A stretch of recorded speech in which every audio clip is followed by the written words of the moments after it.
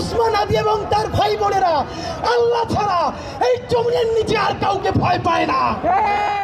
ঢাকা ৮ আসনের সম্ভাব্য স্বতন্ত্র প্রার্থী শরীফ ওসমান হাদিকে গুলি করা দুই যুবককে শনাক্ত করেছে ফ্যাক্ট চেক প্রতিষ্ঠান দ্য ডিসেন্ট।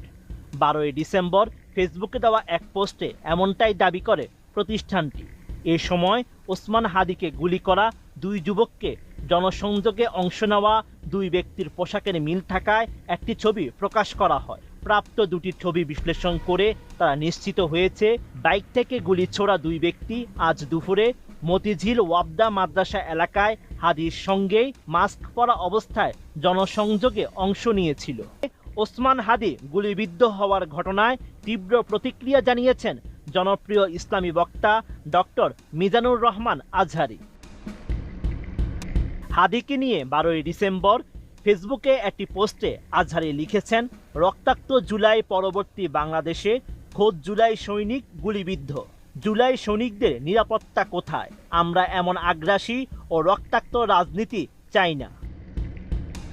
আসুন্নাহ ফাউন্ডেশনের চেয়ারম্যান শায়খ আহমদুল্লাহ 12 ডিসেম্বর ফেসবুকে দেওয়া এক পোস্টে এই উদ্বেগ প্রকাশ করেন আহমদুল্লাহ।